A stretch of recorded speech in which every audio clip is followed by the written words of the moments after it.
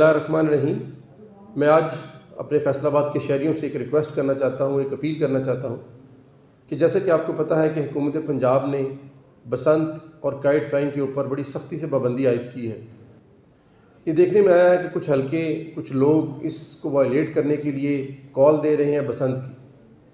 तो मेरी ये बड़ी हम्बल रिक्वेस्ट होगी तमाम शहरियों से कि अपने बच्चों की अपनी जान को बिल्कुल गैर महफूज ना बनाएं।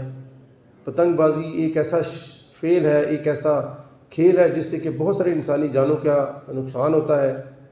इसमें धाती तार इस्तेमाल करते हैं लोग, जिससे करंट लगने का इस्तेमाल होता है।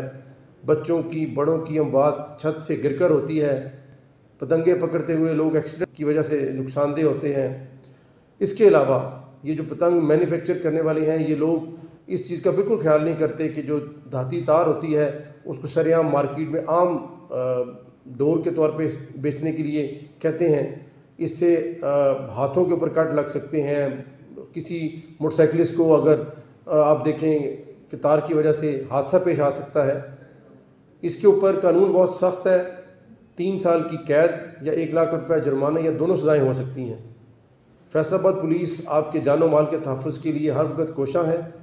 किसी भी शख्स ने इस पाबंदी को वायलेट किया, उसके ख़िलाफ़ सख्त कार्रवाई की जाएगी।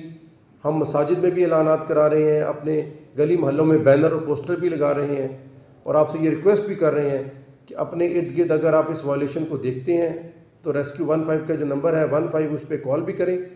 एक ज़िम्मेदार शहरी होने का सबूत दें और फैसलाबाद पुलिस से तावन करें ताकि हम अपने बच्चों की और अपनी जानों को महफूज बना सकें। बहुत शुक्रिया।